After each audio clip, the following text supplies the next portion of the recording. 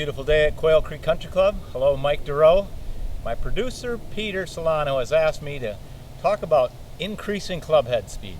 What a great topic. Let's see. It would be nice if we were 6'4", 22 years old, athletic, because that makes it a lot easier to make this club go. But what if we are not? And what about those women on the tour that are 115 pounds? How do they do it? How do they hit it so far? Okay, combination of things.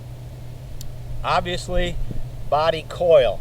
You get your back to the target on a stable right leg, and then the second part is get back to the ball, and then wow, the guys in the tour that hit it over 300 yards, most of them have a really fast lower body because that gives centripetal force to the outside. Most of them. However, you got Bubba Watson who loads it and just fires it off his back leg. So there's a couple things. But let's talk today about efficiency. I think that can help absolutely everybody. Efficiency would be, in my mind, would be this: a circle or a movement of the club and elbows and wrists that come down, hit a ball, and freely keep going. So there's none of this. A lot of us get to the ball and there's a little freeze, and that shoulder goes up and that elbow goes up. Why do we get that? We've hit some bad shots in our life. There's a little fear. There's a little bit of human reaction about contact. But Freddie Couples comes to mind, the ability to hit a ball and just absolutely let the club go. So I like to use the term, it's a runaway truck ramp. The brakes are out, the clutch is out. What do I mean by that? Your arms don't fight motion at all. You can see it kind of good with this. I've got the yellow flange here on my forearm, so that's a 90-degree angle. It comes down, hits the ground right there, and then watch it go right back on my arm. So the speed at which that can go back on your arm, watch this player come down, hit a ball, and you can see that that thing is not getting back on my arm. It happens so fast, try to watch it on this speed. And you go, wow, it really happens fast. So the people that can believe that are going to do it better. Okay, but let's start with body. Do you have any power? The first step is you've got to get your back loaded to the target. And I think you can make this easier. Here's some drills to make it easier. Turn your chest, not your shoulders. Trying to turn shoulders, a lot of people fight this move. You can just hear my voice get tight when they try to move the left shoulder. But if you can just move your chest, or here's another good one, move your right hip 3 inches. So watch, I'm touching my right hip, and I just go right hip. Now, when I do that, look how far my back is turned, and all I've thought about is loading my right hip. Of course, what's good about it, when you turn your hip good, you didn't sway, because any kind of sway loses power. But what transports a golf club are elbows, arms, and wrists. So what I mean by transporting a club, here's a club over by my right shoulder, and to get it over by my left shoulder, that was mainly elbows, arms, forearms, and wrists. So that speed of being able to delay and then trust that the levers in golf will kick out, that's the levers, and they will flash.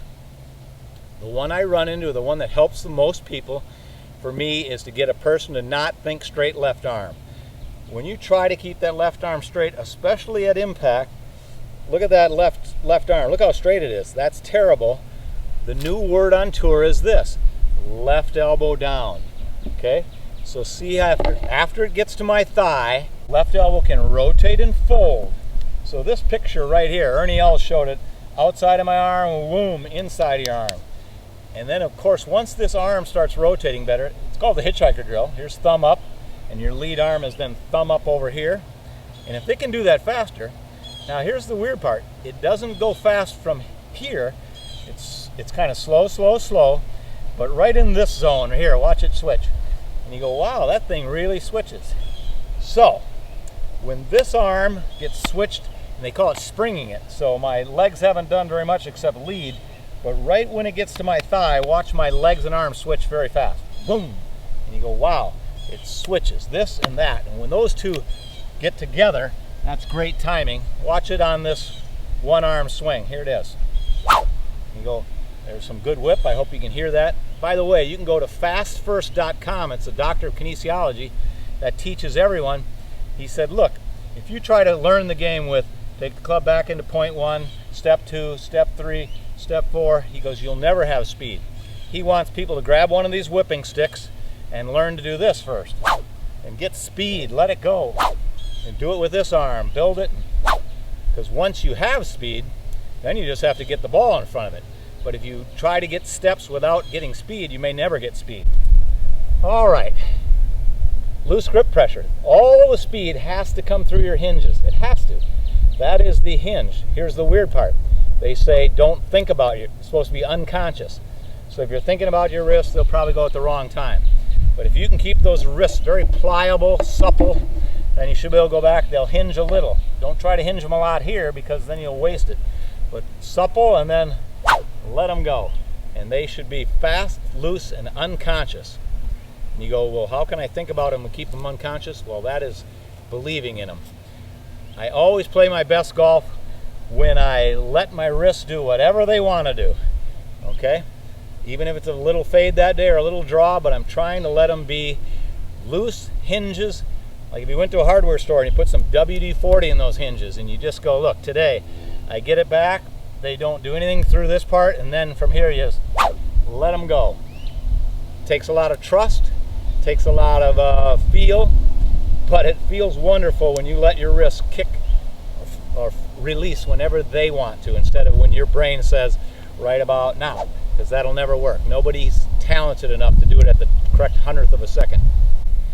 One of the drills I'd like you to know that you can always do is kind of put your feet together and just do this. The grip of the club will be aiming down, and then you let it go in front of you, and the grip of the club will be aiming down. This is the basic elbows, arms, and wrist drill. Grip down, grip down, grip down, grip down. That's the motion. And then try to put a little more turn to it. But if you can just do grip down to grip down, and then that confidence that, I'm going to close my eyes right now, that this grip down will come down and touch. So it'll come down out of the sky and touch, and then go over there. Elbows from here, drop in front of you, switch like crazy, and then get over here. I worked with a blind man. His thought was elbows from here. You can see both of my elbows are in line, not one back here, not up here, in line. They drop in front of me. Then I relax them like as much as I can and watch them. Because the next thing I know, they're over here. I don't even know how they got there. I know what they did. They transferred, rolled over, and folded. That's what they did. Okay, so in your spare time, you can work on the body in the gym. You can work on your pivot in your living room. But grab a golf club and get your elbows to go from here, drop in front of you, and then this is the point right here at your left thigh. Let them go. And you have to let them go or you'll never have speed. Good luck to you. Free it up and let it fly.